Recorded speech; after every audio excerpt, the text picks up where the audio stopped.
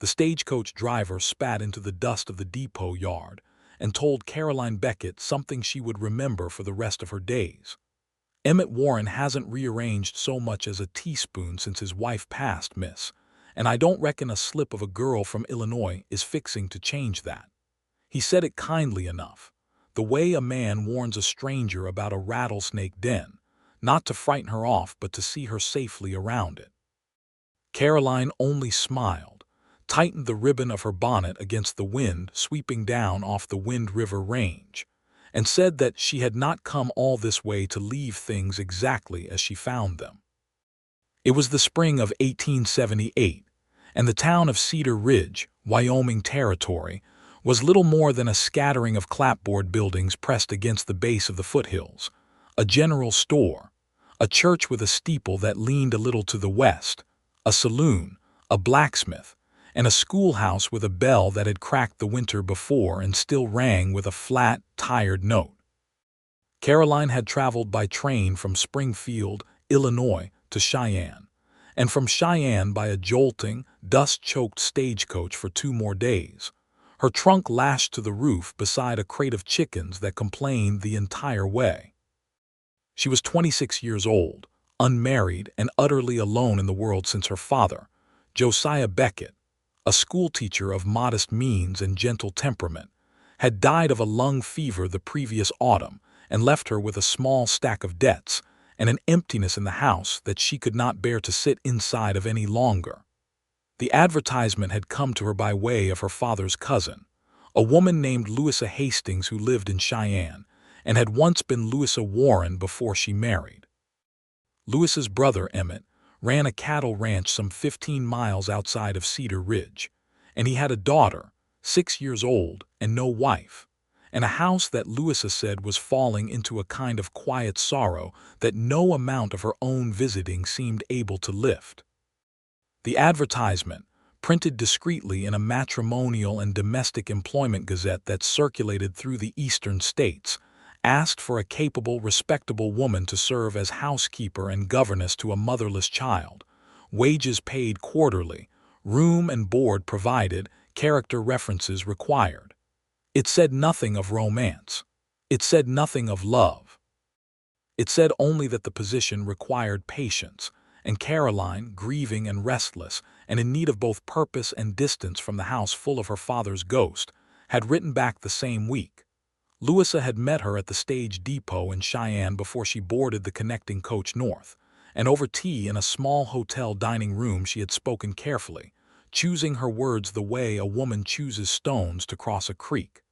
"My brother is a good man," she had said, "the best I know. But grief has made him careful in a way that borders on stubbornness.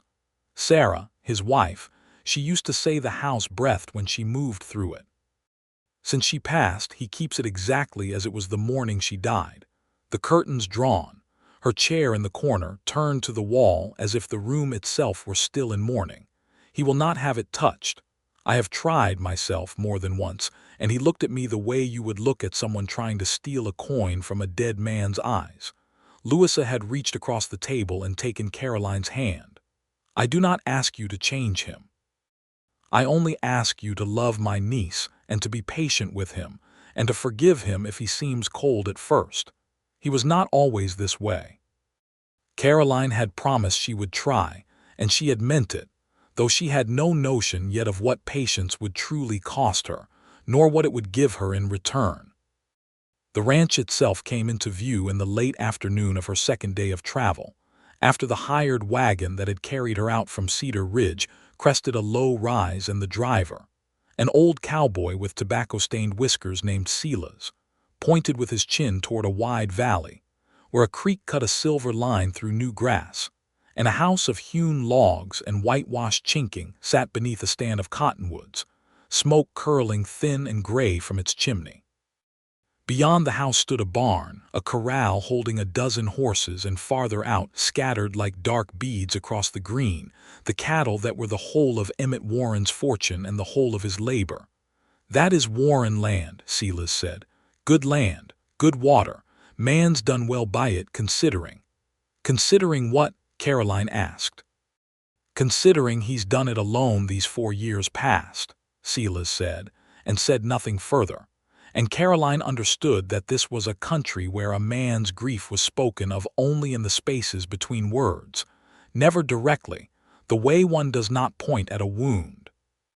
The wagon rattled down into the yard just as the sun was beginning to lean toward the western ridges, throwing long gold light across the grass, and a man stepped out of the barn with a coil of rope over his shoulder and stopped when he saw them. He was tall and lean in the way of men who work hard and eat sparingly, with dark hair that wanted cutting and a face that might have been handsome if it were not so guarded, weathered by sun and wind into something like a closed door. He wore a flannel shirt with the sleeves rolled to the elbow, and there was a stillness about him, a watchfulness that made Caroline think of a man standing at the edge of deep water, deciding whether to go in. "You'll be Miss Beckett," he said. It was not quite a question. "I am," Caroline said, and climbed down from the wagon before he could offer his hand, which he had not offered, and stood in the dust of his yard with her traveling case in one gloved hand, feeling for the first time the full weight of the distance she had traveled and the strangeness of the man before her, who looked at her the way one might look at a piece of furniture delivered by mistake. "My sister wrote that you were coming," Emmett Warren said. "I did not know it would be so soon. I came as quickly as the trains and the roads allowed, Mr. Warren." He nodded slowly, as if this answer required consideration, and then he called toward the house, and a moment later a small girl appeared in the doorway, dark-haired like her father, barefoot, wearing a dress that had clearly been let down at the hem more than once to accommodate her growing. She stood behind the door frame and peered out with the particular caution of a child who has learned that new people sometimes leave again. "That is Lily," Emmett said. "She does not talk much to strangers." "Then I shall have to stop being a stranger as quickly as I can," Caroline said, and smiled at the girl, who did not smile back but did not retreat either, which Caroline decided to count as a small victory. Emmett showed her into the house himself, carrying her trunk on one shoulder with an ease that spoke of long labor, and Caroline stepped across the threshold into a front room that was clean, orderly, and utterly without warmth. The curtains, heavy blue calico, were drawn shut across both windows, though it was only late afternoon, and the room sat in a kind of perpetual dusk. A rocking chair, well made, with a cushion embroidered in a pattern of wild roses now faded from years of sun it never received, stood in the far corner turned so that its back faced the room, as though whoever sat in it once had wished to face the wall and nothing else. The rest of the furnishings were plain but well kept: a table, 4 chairs though only 3 showed signs of use, a hearth swept clean, a shelf of books, a single framed photograph on the mantel of a young woman with a serious, gentle face, dressed in her Sunday best, unsmiling in the way that photographs of that era demanded. "Sarah," Emmett said, following Caroline's gaze, and offered no further explanation, and set her trunk down at the foot of the stairs with a finality that suggested the conversation, such as it was, had ended. That first evening passed in careful, measured politeness. Caroline prepared a simple supper from the stores she found in the pantry, careful not to disturb anything, careful to ask before she opened a single jar, and Emmett ate in near silence while Lily watched Caroline over the rim of her cup with wide, considering eyes.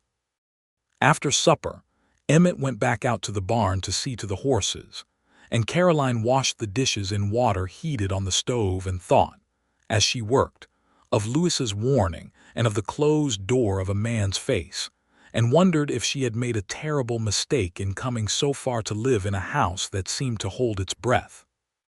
She did not sleep well that first night, in the small room off the kitchen that had been prepared for her, and she rose before dawn out of habit, the way her father had trained her since childhood, to make herself useful before anyone asked it of her. She built up the fire in the stove, set water to boil, and then, restless and unable to simply sit and wait for the house to wake around her, She walked into the front room in the gray early light and looked for a long moment at the drawn curtains and the chair turned to the wall. She thought of Louis's words. She did not ask you to change him. But she had also said that Sarah used to say the house breathed when she moved through it, and Caroline, standing in that dim, still room, thought that a house which no longer breathed was no house for a child to grow up in, whatever grief had built its walls. She crossed to the nearest window and drew back the curtain. Morning light poured in across the floorboards, gold and startling, catching the dust motes in the air and illuminating the room in a way it plainly had not been illuminated in years. Caroline stood for a moment simply looking at the way the light fell across the worn rug and touched the edge of the bookshelf, and something in her chest eased, as though the room itself had exhaled.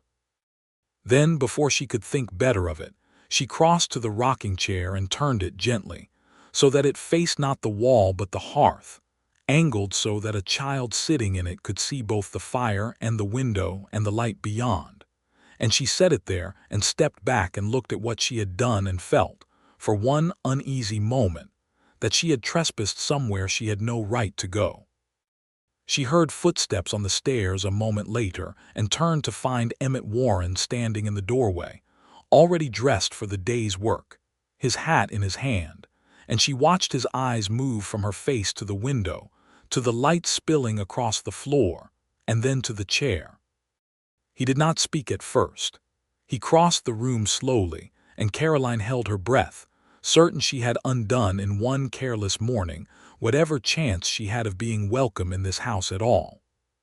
He stood before the chair and set his hand on its back, on the worn wood his wife's hands must have worn smooth over years of rocking, and for a long moment he said nothing, and Caroline saw something move across his face that she could not name, grief and surprise and something else beneath it, something almost like relief fighting its way up through years of careful control. "You had no business touching this," he said finally, but his voice lacked the heat the words seemed to want. "I am sorry," Caroline said, and meant it, though not entirely for the reason he might have supposed. "I did not think. I only wanted the room to have some light in it before Lily woke." "The curtains stay closed in this house," he said. "They have stayed closed since my wife died, and I will thank you to leave them as you found them." "Yes, sir," Caroline said, and did not move to close them, and he seemed to notice this and opened his mouth as if to press the point, and then closed it again and looked once more at the chair, at the way it now faced the warmth of the hearth instead of the cold blankness of the wall, and something in his shoulders seemed to give way just slightly, like a man setting down a weight he has carried so long he has forgotten its shape.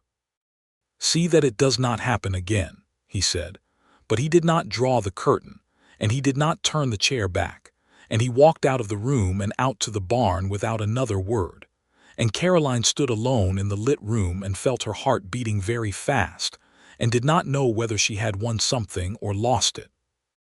She did not touch either the curtain or the chair again that day, out of a kind of nervous respect, but neither did Emmett Warren, and by the time she banked the fire that night and the room sat washed in moonlight instead of lamp glow, because the curtain remained open to let it in, she understood that something had shifted in the house. Some small crack had opened in a wall built 4 years thick, and though she did not know yet what would grow through it, she knew that she had, without quite meaning to, planted something. The days that followed fell into a rhythm that Caroline had not expected, and that surprised her with its gentleness. Lily, wary at first, began within a week to trail after her through the house and yard, asking questions in the blunt, unfiltered way of small children, wanting to know if Caroline had brothers, if she liked dogs, if she knew how to braid hair the way her mother used to. A question asked so simply, and with such an absence of grief that Caroline understood the child had made a kind of peace with her loss that her father had not yet found for himself. Caroline began teaching her letters in the mornings, using a slate she had brought with her and a primer that had been her own as a girl, and in the afternoon she taught her stitching, and how to gather eggs without cracking them, and the two of them together planted a small kitchen garden along the south wall of the house where Caroline said the son would love it best.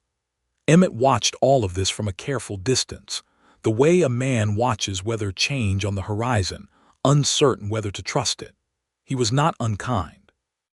Caroline came to understand within her first fortnight that his silences were not cruelty, but a kind of armor, worn so long it had become indistinguishable from his own skin. He worked from before dawn until well after dark, driving himself through the labor of the ranch with a relentlessness that Jed Cole, the aging ranch hand who had worked for the Warren family since before Emmett was born, told her privately was not entirely about cattle. "He works so he does not have to sit still," Jed said to her one evening, as she carried out a plate of supper for him to eat by the corral where he was mending harness by lantern light. Jed was a broad, gray-whiskered man with a limp from a horse that had thrown him a decade before, and he had a way of speaking about Emmett with the fond exasperation of a man who had watched a boy grow into someone he loved and worried over in equal measure. "Sarah's dying took something out of him that he has not found his way to putting back. He loved her something fierce, Miss Beckett. Not every man loves that way. Most settle for fondness and call it enough. Emmett does not know how to do anything by halves, and I expect that is as true of his grieving as it was of his loving." "How did she die?" Caroline asked, setting the plate down on the fence rail. "Fever," Jed said. "I'm through in the summer of '74, took half a dozen folks in the valley besides her. There was no doctor within 2 days' ride worth the name back then, not like now, and by the time one could be fetched it was already done. Emmett sat up with her 3 nights running and would not leave her side even to sleep, and when she went, something in him went with her. He was not always closed up tight the way you find him now. He used to laugh, Miss Beckett, I remember it. I do not know that Lily does." Caroline thought about this for a long while afterward, lying awake in her narrow bed off the kitchen, listening to the wind move through the cottonwoods outside, and she found that her feelings toward Emmett Warren, which had begun as a kind of wary professional patience, were shifting into something more complicated, a tenderness she had not expected and was not entirely sure what to do with. She acknowledged, too, in those quiet nights, a truth that the West did not speak of often but that pressed on her nonetheless, that a woman traveling alone, as she had, taking a position in a stranger's house so far from any family who might look after her interests, walked a road with very little protection if things went badly. She had heard in Cheyenne stories of women who answered such advertisements and found themselves in situations far less kind than the one she had landed in, employers who treated hired help as something less than human, or worse.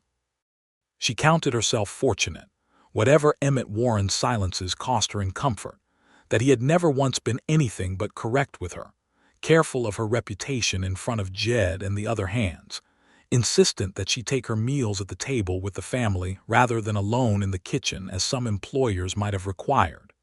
It was a small dignity, but she had learned already that small dignities were not so small when a woman had so few guarantees otherwise. 3 weeks into her residence at the ranch, Caroline rode into Cedar Ridge with Emmett and Lily for supplies, seated beside Emmett on the wagon bench while Lily sat behind them among the empty flour sacks, singing a tune she had learned from Caroline that morning. The town, when they reached it, was busier than Caroline had yet seen it, wagons and horses crowding the single dusty street, and Emmett drew up before the general store with the easy competence of a man who had made this same drive 1,000 times. Inside the store, a stout, gray-haired woman with sharp eyes and a sharper tongue looked Caroline over from bonnet to boots before introducing herself as Hattie Simmons, proprietress alongside her husband, and a woman who, Caroline would soon learn, knew the business of every family within 30 miles whether they wished her to or not. "So you are the one come to keep house for Emmett Warren," Hattie said, weighing out coffee on her scale with brisk, practiced motions. "I will tell you plain, since no one else will trouble themselves to. That man has not changed a stick of furniture in that house since Sarah died, and half the women in this valley have tried to soften him and given it up as a lost cause. Prudence Hale spent the better part of a year bringing him pies and mending his shirts, before he made it plain he had no interest in anything more than her cooking, and even that stopped when she took to hinting about marriage. "You will want to keep your expectations low, dear, whatever brought you out here." "I have no expectations at all beyond doing right by that little girl," Caroline said, with more steel in her voice than she had intended, and Hattie looked at her a moment longer, something like respect creeping into her sharp eyes, and said no more on the subject, though she did send Caroline home with a jar of preserves and an invitation to the spring social the church was holding in a fortnight's time.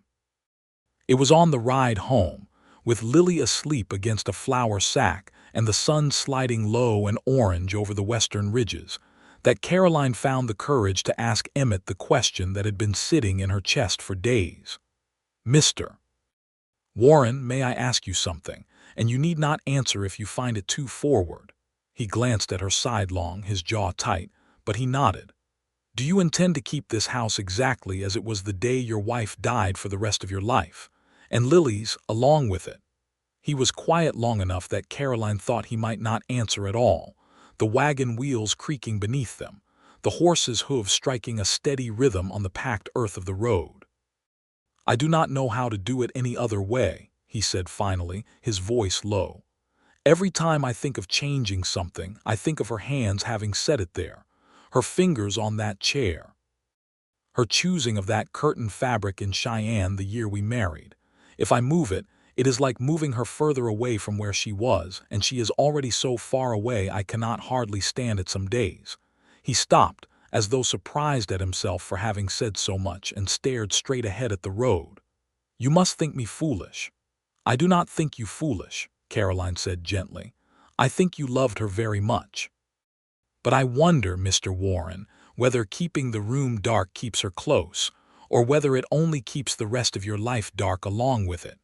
Lily deserves a house that breathes, not one holding its breath." He said nothing more the rest of the ride, and Caroline feared she had overstepped badly. But that night, after Lily was asleep, she came down the stairs for a cup of water and found Emmett sitting alone in the front room in the dark, in Sarah's chair, which still faced the hearth instead of the wall, the dying coals throwing a dim orange light across his face, and he did not send her away when she paused in the doorway. And after a long moment he said, quietly, not looking at her, "Thank you for what you said. I have needed someone to say it for a long while and no one has dared. I did not mean to cause you pain." "You did not," he said. "You caused me to feel something besides numbness, for the first time in longer than I can say. I am not certain yet whether I am grateful for it or not, but I do not think it is a bad thing." Caroline did not know what to say to that, and so she only wished him good night and went back up to her room, and lay awake a long while feeling the strange, fragile warmth of having been trusted with something so tender, and wondering, with a flutter she recognized but did not yet wish to name, what it might feel like to be trusted with more. The weeks that followed brought the ranch fully into the business of spring, calving season demanding long hours from Emmett and Jed and the two younger hands, a lanky boy named Wesley and a quiet older man called Frank, and Caroline found herself drawn more fully into the daily labor of the household, cooking for the men, tending the garden with Lily, mending clothes worn thin by hard work. She found, too, that Emmett Warren, though still a man of few words, had begun to seek her out in small ways he had not before, lingering at the table after supper to ask Lily about her lessons, occasionally offering an observation about the weather or the cattle that seemed less about information, and more about simply wishing to speak to her. One evening in early May, as Caroline sat on the porch steps in the last of the daylight, mending a tear in one of Lily's dresses, Emmett came and sat beside her, close enough that she could smell the leather and wood smoke scent of him, and for a while neither of them spoke, watching the light fade over the hills and the first stars prick out above the ridge. "Lily asked me today why the sky turns that color," he said finally. "I did not have a good answer for her. You would have known what to tell her." "I would have told her that the sun is saying good night in the only language it has," Caroline said. "It has no voice, so it uses color instead." Emmett was quiet a moment, and then he laughed, a short, surprised sound rusty from disuse, and Caroline turned to look at him, startled and pleased in equal measure, because she had not yet heard him laugh in all the weeks she had lived beneath his roof.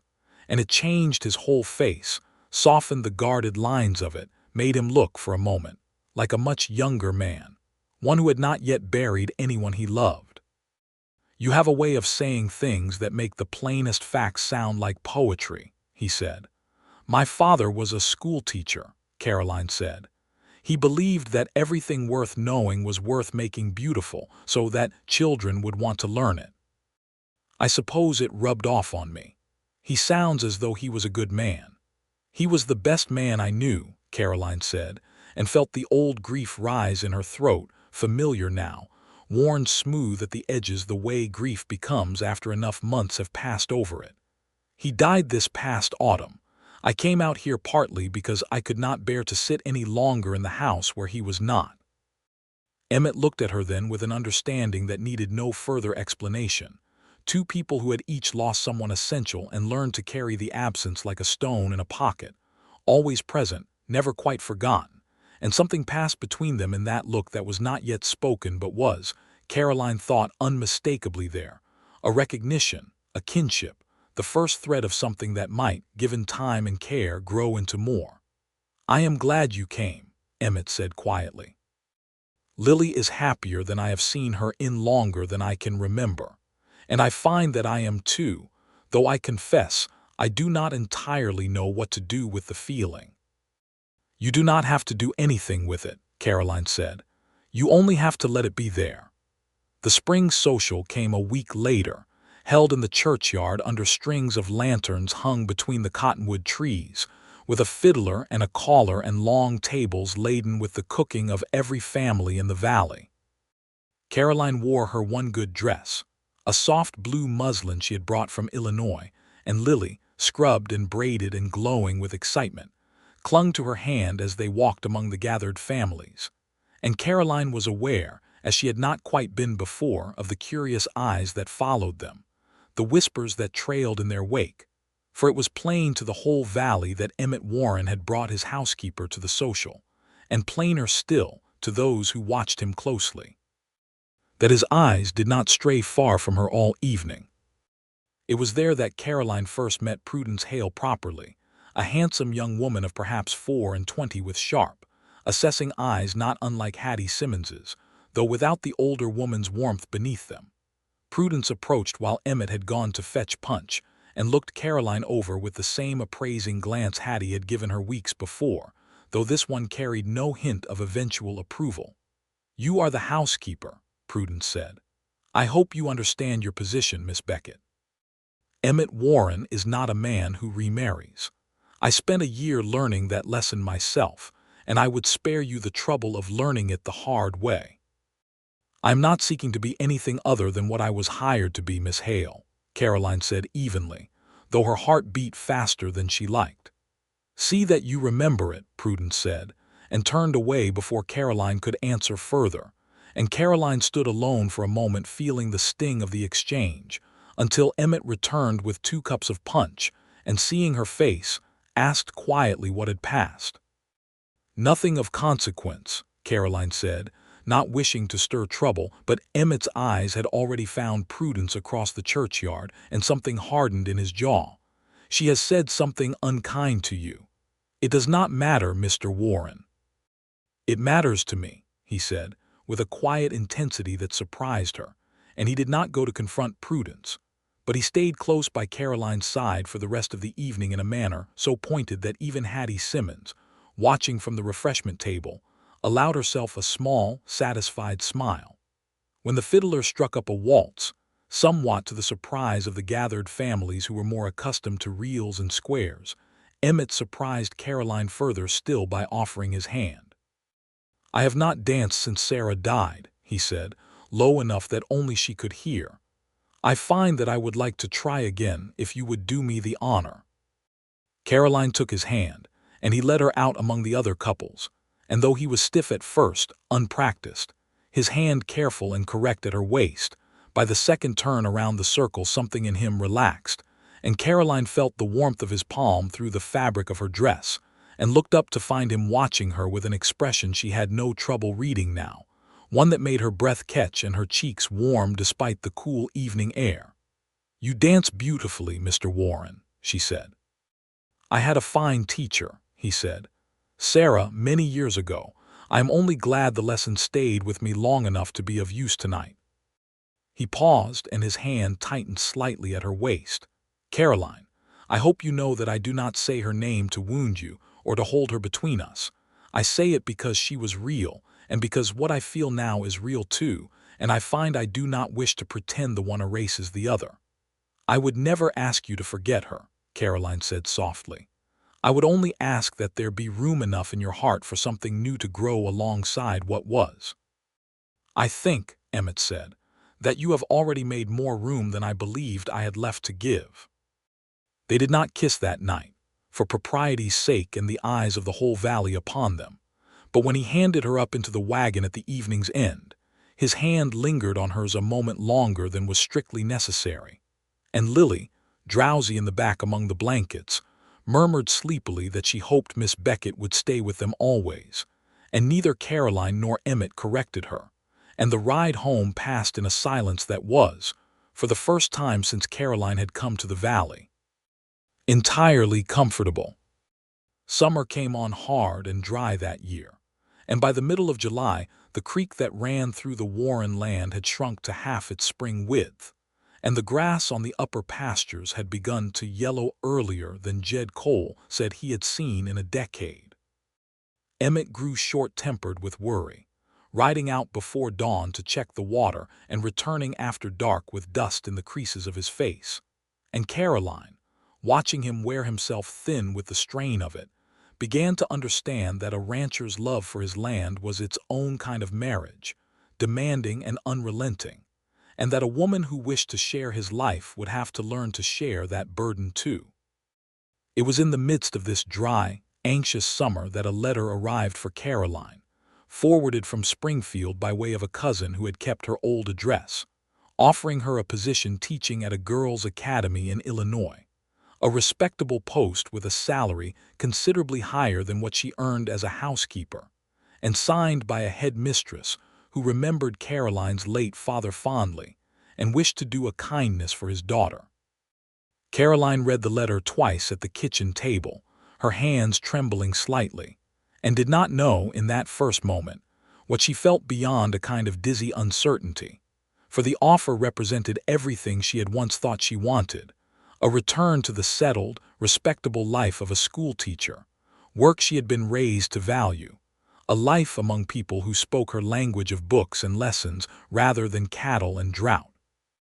She did not mention the letter to Emmett for several days, uncertain how to raise it, uncertain even of her own heart, though she noticed that Lily seemed to sense something amiss, clinging to her more closely than usual, asking again and again if Caroline meant to stay through the winter, through Christmas, through her 7th birthday which fell in the spring, as though the child could smell the change coming before it arrived. It was Jed Cole, in the end, who forced the matter into the open, finding Caroline alone by the garden one evening, pulling weeds with more force than the task required, and asking her plainly what troubled her. "I have been offered a position in Illinois," she admitted, "teaching. It is a good position, Jed, the kind of work I was raised for." Jed was quiet a moment, leaning on the fence rail, watching the sun sink behind the ridge. "And do you want it?" "I do not know," Caroline said honestly. "I thought I wanted a settled life, a respectable one, work that made use of my education. But I have found something here I did not expect to find, and I am afraid that if I speak of leaving, I will only confirm what I fear, that Emmett Warren is content to let me go, that I am replaceable to him the way the last housekeeper before me apparently was." "There was no housekeeper before you," Jed said gently. "You are the first he has let pass the front door since Sarah died. I do not say that to burden you, Miss Beckett. I say it because I think you do not see clearly what you have already become to this family, and I would hate to see you sail off to Illinois for want of someone telling you plain." Caroline felt tears prick at her eyes, and she wiped at them roughly with the back of her gloved hand. "He has never said anything of the kind to me." "He is not a man of many words, as you have surely noticed," Jed said, with the ghost of a smile. "But I have known Emmett Warren the whole of his life, and I have not seen him look at anyone the way he looks at you, not since Sarah was alive. I would wager the matter on it if I were a betting man, which my late wife always told me I should not be." That night, unable to settle her thoughts, Caroline decided she must speak to Emmett directly, and found him out by the corral fence in the deep blue dusk, watching the horses move restlessly in the dry heat, his hat pushed back on his head, his shoulders carrying the particular tiredness of a man worried over things larger than himself. "Mr. Warren," she said, and he turned at the sound of her voice, and something in her face must have alarmed him, for he straightened at once. "What is it? Has something happened to Lily?" "No, nothing of the kind," Caroline said quickly. "I only wish to tell you that I have received an offer of a teaching position in Illinois at a respectable academy. The wages are considerably better than what I earn here." She watched his face carefully as she spoke and saw it close, saw the familiar guardedness drop over his features like a shutter drawn against weather. "I see," he said, his voice very controlled. "And you mean to take it?" "I have not decided," Caroline said. "I wish to speak with you before I did." "Why?" he asked, and there was something raw beneath the single word, something that made Caroline's heart ache. "Why would my opinion weigh in the matter, Miss Beckett? You are free to go where you please." "I have no claim on you." "Do you wish to have a claim on me?" Caroline asked, her voice trembling slightly, for she had never asked so direct a question of any man in her life, and the asking of it frightened her more than the drought or the distance or anything else that summer had brought. Emmett was silent for a long moment, staring out at the darkening pasture, and when he spoke his voice had dropped low, rough with feeling he had clearly kept dammed up for longer than either of them had acknowledged. "I have been telling myself for weeks that I have no right to ask anything of you," he said. "That you came here to work, not to be courted by a man who buried his heart 4 years ago and was not sure he would ever dig it up again. I have watched you make this house into something warm again, watched my daughter laugh the way she has not laughed since her mother died, and I have told myself every single day that I must not want more than that, because wanting more feels like a betrayal of everything I promised Sarah, and because I am afraid, Caroline, God help me, I am afraid of loving anyone that much again, and losing them the way I lost her." He turned to face her fully now, and in the last light of dusk she could see his eyes bright with feeling he no longer troubled to hide. "But if you leave for Illinois, I do not know how I will bear this house, or this life, or myself, and I think I would rather tell you the truth of that than let you go without knowing it." Caroline crossed the space between them without quite deciding to, and took his hand in both of hers. "I do not want to go to Illinois," she said. "I have known it for days, if I am honest, and I was only afraid to say it, afraid that what I felt was not returned, afraid of making a fool of myself over a man who, I was told, was set so firmly in his ways that no woman could hope to move him." A ghost of his rare smile touched his mouth. "Yet you moved my curtains within a day of arriving in my house, and I never did put them back." "No," Caroline said softly, smiling now through the tears that had gathered in her eyes. "You never did." "I do not think I could put anything back now," Emmett said, lifting his free hand to touch her cheek with a gentleness that made her breath catch. "Not the curtains, not the chair, and not whatever it is that has grown in this house, and in me since the day you walked into it. I love you, Caroline Beckett." I did not think I had it in me to say those words to anyone again, and yet here I am, saying them, and meaning them more than I have meant anything in 4 long years. "I love you too, Emmett," Caroline said, and when he bent his head to kiss her, there beside the corral in the deep blue Wyoming dusk with the horses shifting quietly nearby and the first stars coming out over the dry hills, she felt the truth of it settle into her bones like something she had been waiting her whole life to find, without ever knowing its name. They did not rush toward marriage in the reckless way of young lovers. for both of them had learned through loss how much weight such promises carried. But through the remainder of that dry summer and into the cooler days of autumn, their courtship deepened with a steadiness that felt, to Caroline, far more precious than any whirlwind romance might have been. Emmett began to speak more of Sarah, not as a wound he guarded but as a chapter of his life he could finally set beside the new one opening before him.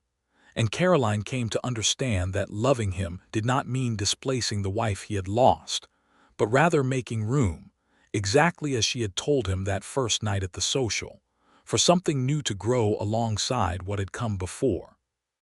The drought broke in September with 3 days of steady rain that filled the creek back to its banks and brought the grass back green almost overnight, and Emmett, standing on the porch watching the rain fall with Caroline beside him and Lily laughing and splashing in the puddles below, turned to her and said, without preamble, that he did not wish to wait any longer to make his intentions formal. "I have spoken with Reverend Tunn in town," he said, "and with my sister, who I confess already knew what I meant to ask before I wrote to tell her, being the meddling woman she is, God love her. Caroline, I have nothing very grand to offer you. A ranch that near broke us this summer, a house that still smells of another woman's cooking sometimes when the wind is right, and a daughter who has already decided, without consulting either of us, that you belong to her as much as to me. But I love you with everything that is left in me to give, and I would be honored, more than I know how to say, if you would consent to be my wife." Caroline, laughing and crying at once, told him that she had never wanted anything grand, only this, only him and Lily and the little house with its light-filled front room, and she said yes before he had even finished drawing the ring from his pocket, a simple gold band that had belonged, he told her gently, to his grandmother, and which he had kept in a drawer for 4 years, unable to decide what to do with it until now. They were married in October, in the small church at Cedar Ridge with its crooked steeple, on a bright, cold morning with the cottonwoods gone gold along the creek, and the whole valley turned out to witness it. For word of the courtship had traveled the way all such news traveled in a country where neighbors were few and far between, and every piece of news was treasured accordingly.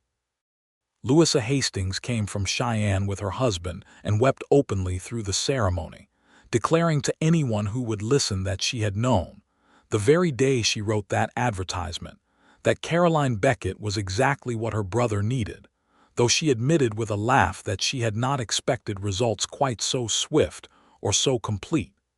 Hattie Simmons brought a wedding quilt she had been piecing in secret for weeks. Jed Cole stood as Emmett's best man and cried without shame when Emmett said his vows, and told Caroline afterward gruffly that she had brought his old friend back from wherever grief had taken him, and that he would be grateful to her the rest of his days. Even Prudence Hale attended, somewhat stiffly, and offered Caroline a tight but not unkind congratulations, admitting that she supposed some men were only set in their ways until the right person came along to prove otherwise. Lily, dressed in a new frock Caroline had sewn for the occasion, stood at the front of the church throughout the ceremony holding a small bouquet of late wildflowers, and when the Reverend pronounced Emmett and Caroline husband and wife, she cheered so loudly and with such open delight that the whole congregation dissolved into laughter, and Emmett, lifting his new daughter, for so she was now in every way that mattered, up into his arms, kissed her cheek and then kissed his wife. And the whole church rang with applause, and the fiddle music that followed them out into the crisp autumn air. That evening, back at the ranch, with the wedding guests departed and Lily long since fallen asleep, exhausted from the day's excitement, in the small room that had once been Caroline's and would soon become, they had decided, a proper child's room once they built an addition onto the house in the spring, Emmett drew back the curtains in the front room, though it was full dark outside, and there was nothing to see but the reflection of the lamplight and the two of them standing together in it, and Caroline asked him softly, "Why, because I want the light in this house at every hour I can have it," he said. "Because I spent 4 years keeping it dark and calling that darkness love, when the truth was it was only fear wearing love's clothing. You taught me the difference the very first morning you were here, and I have been grateful for the lesson every day since. He drew her close, and she rested her head against his chest, listening to the steady beat of his heart, feeling, for the first time in longer than she could remember, entirely and completely at home. "I did not mean to teach you anything," Caroline said. "I only meant to let in a little light." "You let in far more than that," Emmett murmured into her hair. "You let in a whole life I had given up on having." The years that followed brought their own share of hardship, as every life in that country did. A hard winter 2 years into their marriage that nearly took half the herd. A scare when Lily fell ill with a fever that reminded Emmett with a jolt of terror of the fever that had taken Sarah. Though the doctor, summoned quickly this time along a road far better traveled than it had been in 1874, pulled her through within the week. But the hardships came now to a house that held light and laughter as readily as it held sorrow, and Caroline found that the skills her father had taught her, patience and gentleness, and a belief that even the plainest things were worth making beautiful, served her well not only in the schoolroom she eventually built onto the side of the house to teach not just Lily but several of the neighboring children, but in the long partnership of marriage itself, which she came to understand was its own kind of daily rearranging, small adjustments and accommodations made over and over, out of love, until two separate lives had grown so thoroughly interwoven that neither could quite recall where one ended and the other began. Caroline gave birth to their first child in the autumn of 1880, a boy they named Josiah after her father, born in the same front room that had once sat dark and curtained, now filled with morning light through windows that had not been shuttered in 2 years. And Emmett held his son for the first time sitting in Sarah's old rocking chair, which still faced the hearth exactly as Caroline had turned it that first uncertain morning, and he wept. Not from grief this time, but from a happiness so large, he said he did not know his heart had room enough to hold it. 2 years later came a daughter, whom they named Ruth, after Emmett's mother, and Lily, by then 9 years old and utterly devoted to her younger siblings, declared herself their official protector and spent the better part of her childhood living up to the title with fierce and tender diligence. The ranch prospered in the years that followed, weathering the hard winters and dry summers that were simply the price of that country. And Emmett, who had once been known throughout the valley as a man closed up tighter than a bank vault, became known instead as a man who could be found most evenings on his own front porch with his wife beside him and his children playing in the yard, a man who had learned, late and hard, that opening one's heart again after loss was not a betrayal of what had been lost, but a tribute to it, proof that the love had been real enough to teach him how to love again. Jed Cole lived long enough to see all 3 children grown near to adulthood, and often told anyone who would listen, in his later years when his stories had grown longer and his patience for interruption shorter, about the young schoolteacher's daughter who had arrived from Illinois with nothing but a trunk and a stubborn, kind heart, and who had opened a set of curtains on her very first morning in a house that had not seen daylight in years, and never once let them be closed again.